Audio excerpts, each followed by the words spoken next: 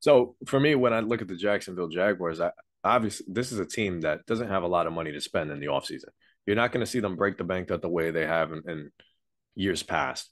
So one thing I would love if they can re-sign Evan Ingram, a reliable weapon that Trevor Lawrence and him seem to clearly have a very good connection. You don't want to lose that. That offense was very good.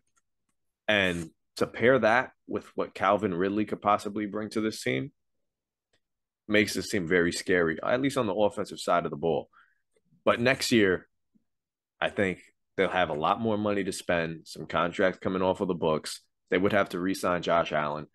But I think this team isn't too far off from potentially making a run. I think one possession game losing to the Chiefs 27-20. Prior to that, had won six straight, including their first playoff game against the Chargers. I think you want to shore up that secondary. I think you want it to be a kind of like a no-fly zone for you guys because when you have an offense capable of so much, you don't want Trevor Lawrence just carrying the weight of this team over and over again, which is what we saw. There were some games against Dallas and other teams where they had to make massive comebacks. The Chargers, a perfect example. So you don't want to fall that far behind and make your offense have to do that much. So if I'm the Jaguars, my first order of business is finding somehow, some way, shore up that defense. And they did that. And they've gotten better. But I think for me, I'm a big sucker for lockdown corners. And if they could find themselves somebody, maybe a Jalen Ramsey is more interested in coming back to Jacksonville. I doubt it, but finding that lockdown guy to really shore up that secondary is vital to what the Jaguars can do next year going into the playoffs. I would agree with you on that. They have Tyson Campbell, who was actually really good this year. I think he's starting to fit that lockdown description. Former 33rd overall pick. I think where they're going to upgrade things, that's safety. Andre Cisco's good. They do need to add a little bit more, and they can upgrade there. I think for Jacksonville, the key is player development. Trayvon Walker this season was a project. We knew that, showed some good flashes, but it's going to be a 2 or 3 year project until we understand how good he's going to be. Talked about Josh Allen on the other side. The theory of this Jacksonville team is coming to fruition. We gave a lot of praise to their general manager and Trent Baalke. They had a good offseason. But now it's no longer you have a bunch of money to spend. It's you have to have big time draft picks actually hit. Because this window of Trevor Lawrence about 2 or 3 more years until you're paying him $45 million and you can't surround him with Calvin Ridley, Christian Kirk, Zay Jones, Evan Ingram, Travis Etienne, all those guys are going to be up for bigger deals. It's a younger offense. And so I think the best news is that Trevor Lawrence allows you to build a consistent playoff team and not just, a 1 year wonder in the postseason. It's a matter, though, supporting him with a developed offensive line. You start to upgrade, ideally, the secondary, and then add a little bit more to that front seven, too, on the interior. Once you do that, I think Cincinnati can beat a Cincinnati, or I think Jacksonville can beat a Cincinnati, and surely a Buffalo. Look at the AFC. I think the Jaguars next year could potentially go right back to the AFC Championship game, which they weren't this last year, but they can get to that level. They can beat a Buffalo who has no running game and is one-dimensional. Because with how well Travis Etienne played and how well that 2021 draft class has hit for them with T-Law, Etienne, and Tyson Campbell, it really just is a matter of player development. Because this is a team that can beat you in many different ways. And Trevor Lawrence, to me, is already a top 7 or 8 quarterback. When I'm really looking into it, Tom Brady retiring, I mean, he could establish himself. Let's do this question. Can Trevor Lawrence establish himself by next season as a top 5 quarterback? I think Trevor Lawrence is my early favorite for MVP. Really?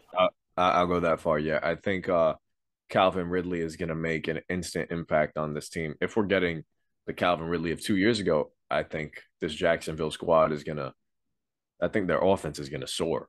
I really believe that.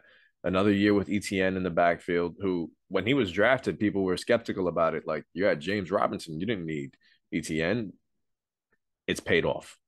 It's paid off, and clearly Trevor Lawrence loves it. The Christian Kirk move. Oh, you overpaid for this slot guy. Well, he had a career year. He looked incredible this season. So you pair that with Zay Jones. Zay Jones, underrated wide receiver, had a good year in Vegas the year before. Mm-hmm. Came in here and even showed out in Jacksonville. You're not going to get a 1,200 yard season out of him. Probably not even 1,000 yard season. No. But if that's your number 3, you're in a good spot. He's your fifth weapon, basically, with how well Travis has played. Yeah. And he's So gotten better and better, too. He's only 27 years old.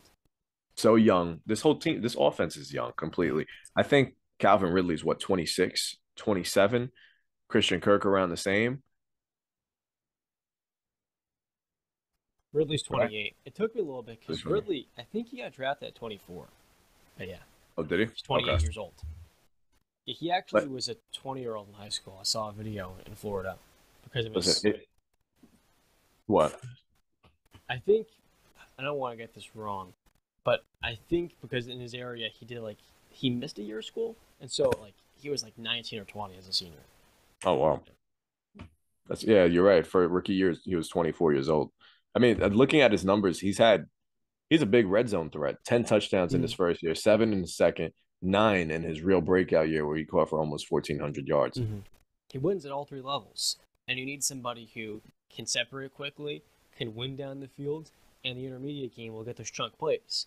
You know, Mhm. Christian Kirk was not always that. He's a great number two, I think, and an amazing slot. But now you take him and you put him in that third weapon role. And Evan Ingram gets another year of continuity. This offense is, in terms of the weapons, you don't need much more. And you can add in the draft a receiver in the second rounds to back up Zay Jones if an injury comes next year. Like I said before, I guess you can upgrade the interior offensive line a little bit more and the defensive line. But I mean, that's something in the draft you can hit in the first rounds, and I think it'll be good here. I do think next year this is an easy candidate to win 11 or 12 games. And Absolutely. this division, man. I think that's the big thing. I was gonna say that they're easy runaways to take this division. We don't know what the Colts are gonna look like. They have nobody under center. Houston's, I feel like, will be on the rise very soon.